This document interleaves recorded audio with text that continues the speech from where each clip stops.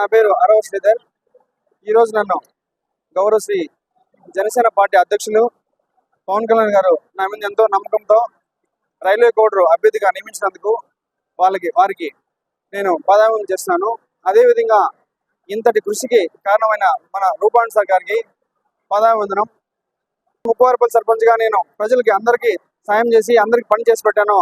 అదేవిధంగా రైల్వే కోడరు ప్రజలకి ఎల్లవెల్ల తోడుంటూ ఏ పని అడిగినా కాదనకుండా చేసి పెడతానని ఈ సందర్భంగా నేను మనవి చేసుకున్నాను. గౌరవశ్రీ ముక్క రూపాణి సార్కు ఎంతో అహర్ష కృషి చేసి సారు ఈ టికెట్ రావడానికి కారణం అయింది. అదేవిధంగా రైల్వే కోడరు ప్రజలు కూడా చాలా సపోర్ట్ చేశారు. వాళ్ళందరికీ నేను ధన్యవాదాలు చెప్పుకున్నాను. ఎంతో శుభదినం. ఎందుకంటే కూటమి ఆత్మీయ సమావేశం మీటింగ్ పెట్టుకోవాలని నిర్ణయించుకొని ఈరోజు పెట్టడం జరిగింది. ఈ సందర్భంలో పవన్ కళ్యాణ్ గారు అరవ శ్రీధర్కి టికెట్ ఇవ్వడం ఎంతో సంతోషకరంగా ఉంది. ఖచ్చితంగా